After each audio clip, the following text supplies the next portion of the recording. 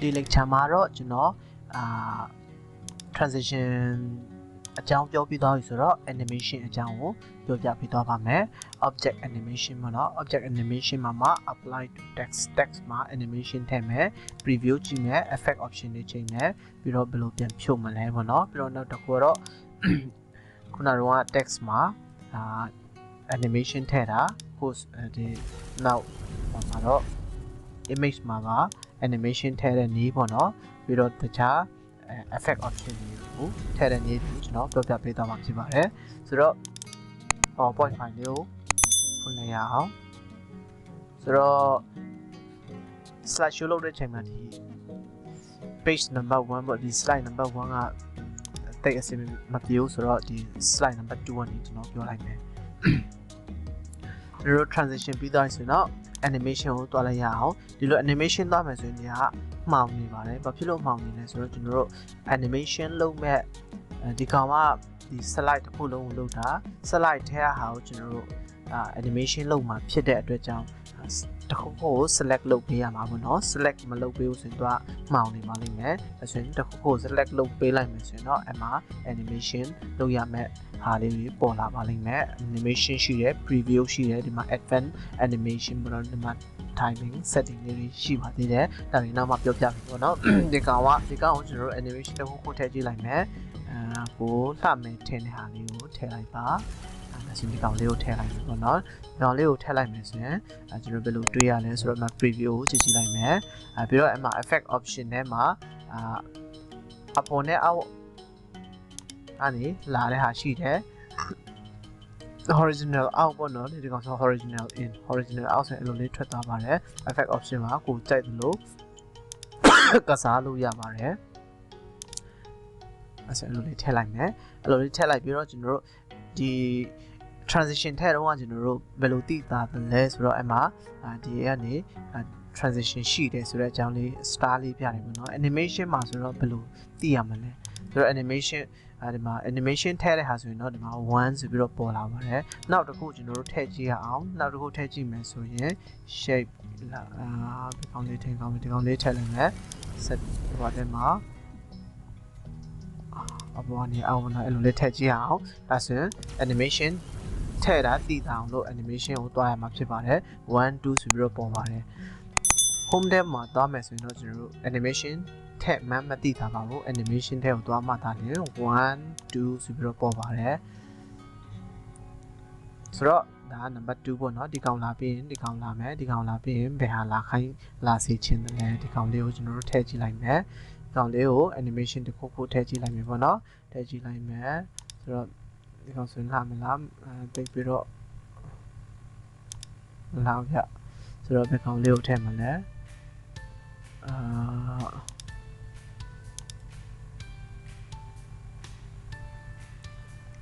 ကိုလှမယ်ထင်တဲ့ဟာလေးတစ်ခုခုထည့်ပါတော့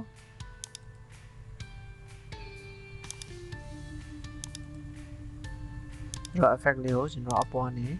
ဆင်ခိုင်းလိုက်မယ်ဆိုတော့ဒီလိုထည့်လိုက်တယ်ပေါ့နော်ဒီမှာဆိုရင်1 2 3ဆိုပြီးတော့ပေါ်ပါပြီအဲ့မှာ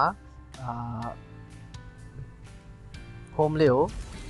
တစ်ချက်ချင်းစီကိုထားလို့ရတယ်ပေါ့နော်အဲ့မှာဆိုရင်ကျွန်တော်တို့1အဲ့လိုဆိုရင်ဒီကောင်ဆိုရင်1 2 3 4ပြီးတော့ဒီကောင်လေးကိုတစ်ချက်ချင်းစီပေါ်ခိုင်းစေချင်ရင်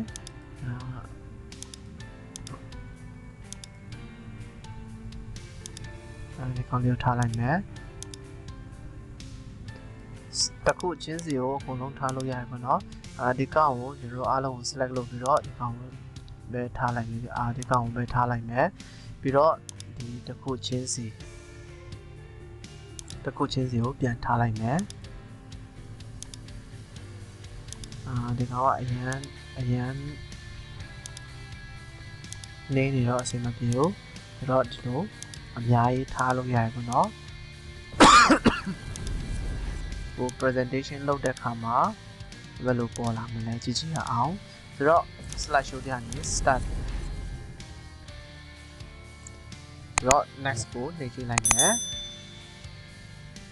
next ကိုနှိပ်ကြည့်လိုက်တဲ့အချိန်မှာ blank ပေါ်လာပေါ့နော် ပထမအဆုံးမှာအဲ့ဒါလေးပေါ်ပါတယ်ကိုလုပ်ထားတဲ့အတိုင်းပေါ့နော်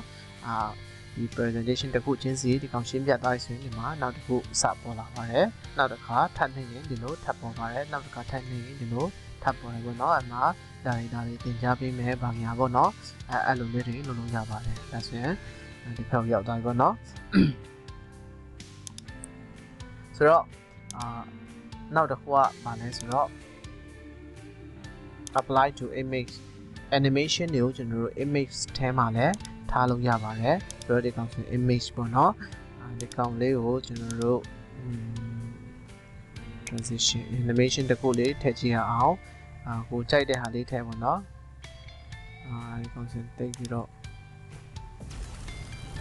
animation မှာဘာတွေရှိလဲဆိုတော့ကျွန်တော်အရင်ပြောပြလိုက်မယ်အမှဆိုရင် entrance ရှိတယ် entrance နဲ့ပတ်သက်တဲ့ဟာပေါ့နော်ဒီအဝင်တွေပေါ့နော်ဒီကောင်ဆိုအဝင်တွေမှာအသုံးပြုလို့ရှိပါတယ်ပြီးတော့ emphasis ဆိုရဲemphasize ပေါ့နော် emphasize ကတော့ဒီအထူးပြုတစ်ခုခုဒီအထူးဒီဘယ်လိုပြောမလဲအထူးပြချင်တဲ့ slide တွေမှာဒါမျိုးအသုံးပြုလို့ရှိတယ်ပြီးတော့ exist ကတော့ထွက်သွားတဲ့ပုံစံပေါ့နော်ပြီးတော့အောက်မှာအများကြီးရှိပါသေးတယ်နောက်မှပြောပြလိုက်မယ်ဆိုတော့ကိုလှမဲ့ထင်တဲ့ဟာလေးတွေကိုရွေးလိုက်ပေါ့နော် object color transparency pulse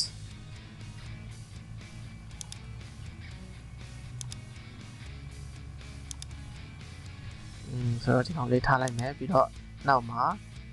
နောက်ကိုလည်းကျွန်တော်တို့ zoom ထားတဲ့ဒီကောင်မှာလည်း zoom ထားလိုက်မယ် zoom မှာလည်းကောင်းပြီပေါ့နော်အဲ့တော့တိုင်းထားလိုက်မယ်ပြီးတော့ပုံကို animation လုပ်ခြင်းပုံ select တစ်ချက်နှိပ်လိုက်ပါပြီးရင်အဲ့မှာကိုကြိုက်တယ်လို့လုပ်ပေါ့နော်ဒါပေမဲ့တိတ်ပြီးတော့ပုံမှာဆိုရင်တိတ်ပြီးတော့မလှဘူးအဲ့မှာဆိုရင်အော်နည်းနည်းဆင်းလိုက်ပါဆင်းမယ်ဆိုရင်အဲ့မှာ motion pad ဆိုတာရှိပါသေးတယ် motion pad နဲ့ဆိုပို့ပြီးတော့လှတယ်ပေါ့နော် motion pad animation မှာ line ကိုရွေးကြည့်မယ်ဆိုရင်ကျွန်တော်တို့အဲ့လိုလေးပေါ်နေပေါ့နော်ဒါဆိုရင်တိတ်ပြီးတော့မလှသေးဘူးအဲ့လိုလေးလုပ်ပြအောင်ဒီလိုလေးပေါ်နေပေါ့နော်အဲ့မှာ motion pad ကိုဘယ်ကနေဘယ်လိုသွားချင်လဲဆိုတဲ့ setting လေးကိုလည်းချိန်လို့ရတယ်ဆိုတော့ဒီလိုလေးသွားချင်ဒီလိုလေးလုပ်ပေါ့နော်ဘယ်ကနေသွားမှာလဲဒီဘက်ကနေလုပ်ကြည့်အောင်ပြီးတော့ preview တစ်ချက်ကြည့်ကြည့်မယ်အဲ့လိုကြီးဖြစ်တာပေါ့နော်ကိုဆွဲတဲ့အတိုင်းဖြစ်သွားတာပါဆိုတော့ဒီကောင်လေးကို preview တစ်ချက်ပြင်ကြည့်ရအောင်အဲ့လိုကြီးဖြစ်တာပါ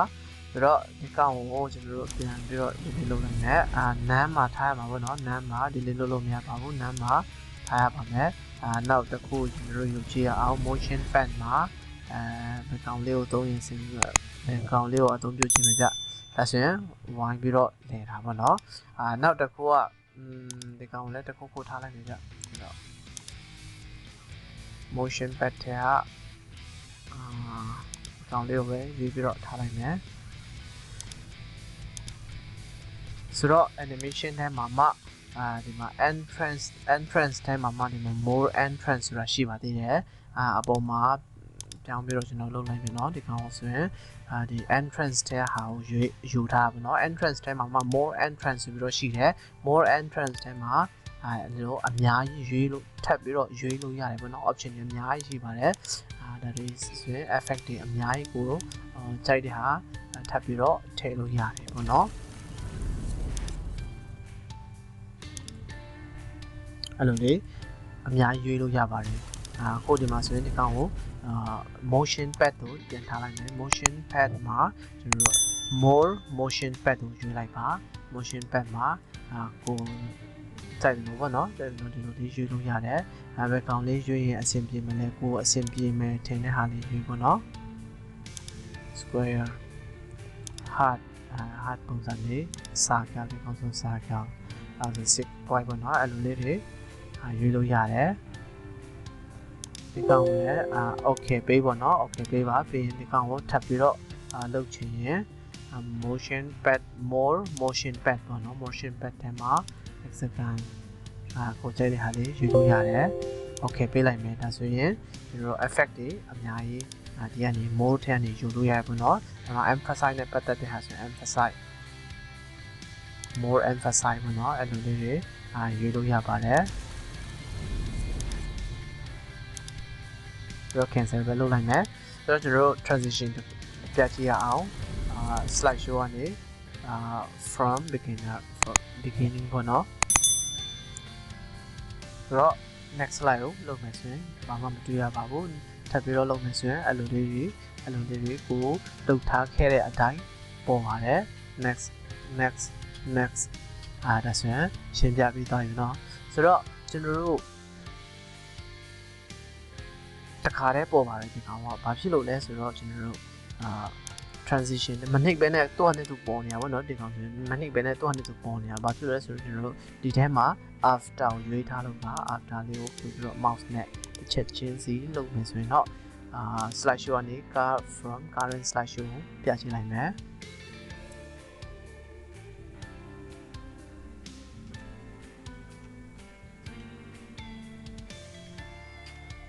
motion pad တော့ပြောင်းသွားပြ motion pad ကိုကျွန်တော်တခြားဟာပြောင်းလိုက်ပြီပြ animation တွေကနေ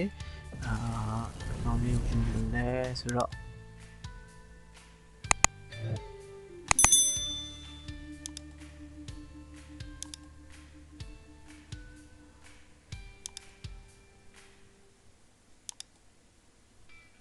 more entrance circle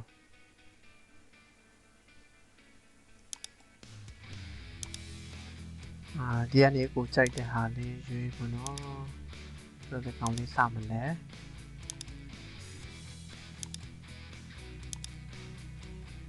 ဒီကောင်လေးကိုပဲရွေးလိုက်မယ်โอเคပေးလိုက်ပြီးရင်ကိုကကြူပြီးတော့သူများကိုမမြင်စေချင်တာဆိုတော့စင်ပြေမနေဘူးဗျခုနကတော့အတိုင်းဆိုရင်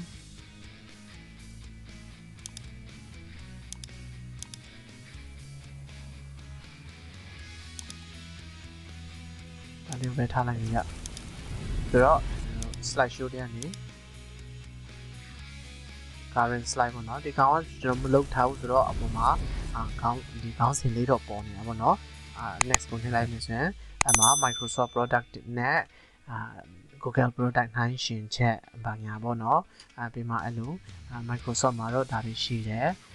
Google မှာတော့ဒါတွေရှိတယ်အဲ့လိုလေးတွေပြပေးလို့ရတယ်ပေါ့နော်ဆိုတော့ဒီလောက်နဲ့ချက်ပြစေဗီဒီယိုရှိသွားပြီဆိုတော့အားလုံးဆင်ပြေကြပါစေ